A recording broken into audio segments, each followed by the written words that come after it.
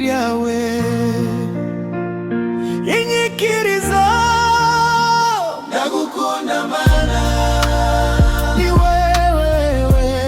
ni wowe mucunguzi wanje nagushima iteka kuko urukundo rwawe ntirushira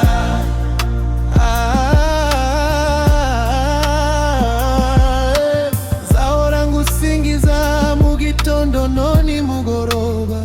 ndagukunda mana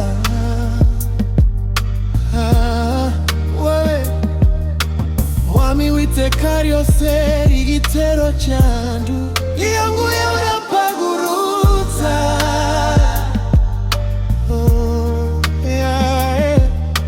iyo ndiruka mpumuriza uri igihome cyanjye n'ubuhungiro